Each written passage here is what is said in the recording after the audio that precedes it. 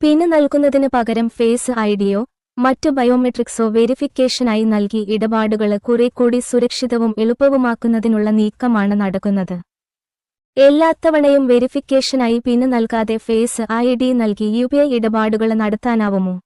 അധികം വൈകാതെ അതിന് സാധിക്കുമെന്നാണ് നാഷണൽ പേയ്മെന്റ് കോർപ്പറേഷൻ ഓഫ് ഇന്ത്യയുടെ റിപ്പോർട്ടുകൾ സൂചിപ്പിക്കുന്നത്. പിന് നൽകുന്നതിന് പകരം ഫേസ് ഐഡിയോ മറ്റു ബയോമെട്രിക്സോ വെരിഫിക്കേഷനായി നൽകി ഇടപാടുകൾ കുറേക്കൂടി സുരക്ഷിതവും എളുപ്പവുമാക്കുന്നതിനുള്ള നീക്കമാണ് നടക്കുന്നത്. വെരിഫിക്കേഷനായി പിന് നൽകണോ ബയോമെട്രിക്സ് ഉപയോഗിക്കണോ എന്ന് ഉപയോക്താക്കൾക്ക് തീരുമാനിക്കാം.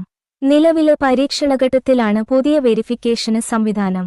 ഇത് നടപ്പാക്കിയാൽ വിരലടയാളം, ഐറിസ് സ്കാന് മുതലായവയിലൂടെ വെരിഫിക്കേഷന് സാധ്യമാകും.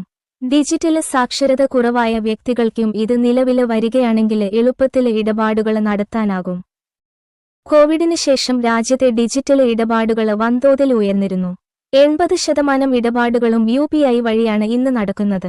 UPI വഴിയുള്ള സാമ്പത്തിക തട്ടിപ്പുകളും അതിനനുസരിച്ച് ഉയർന്നിട്ടുണ്ട്. അതിനാൽ സുരക്ഷ വർദ്ധിപ്പിക്കേണ്ടത് അത്യാവശ്യമായിരിക്കുകയാണ്. ബയോമെട്രിക് വെരിഫിക്കേഷന് ഇന്ത്യൻ ഡിജിറ്റൽ വിപ്ലവത്തിലെ പുതിയ ചുവടുവയ്പായിരിക്കുമെന്ന് ക്യാഷ് ഫ്രീ പേയ്മെന്റ്സ് സ്ഥാപകന് ആകാശ് സിൻഹ അഭിപ്രായപ്പെട്ടു. 2025 ഗ്ലോബൽ ഫിൻടെക് ഫെസ്റ്റിൽ ബയോമെട്രിക്സ് വെരിഫിക്കേഷന് അവതരിപ്പിക്കുമെന്നാണ് സൂചന. പരീക്ഷണഘട്ടം പിന്നിട്ടാൽ RBI അനുമതിയുടെ പദ്ധതി നടപ്പാക്കും. എന്നാൽ ഇതു സംബന്ധിച്ച് ഔദ്യോഗിക സ്ഥിരീകരണത്തിന് NBCI തയ്യാറായിട്ടില്ല.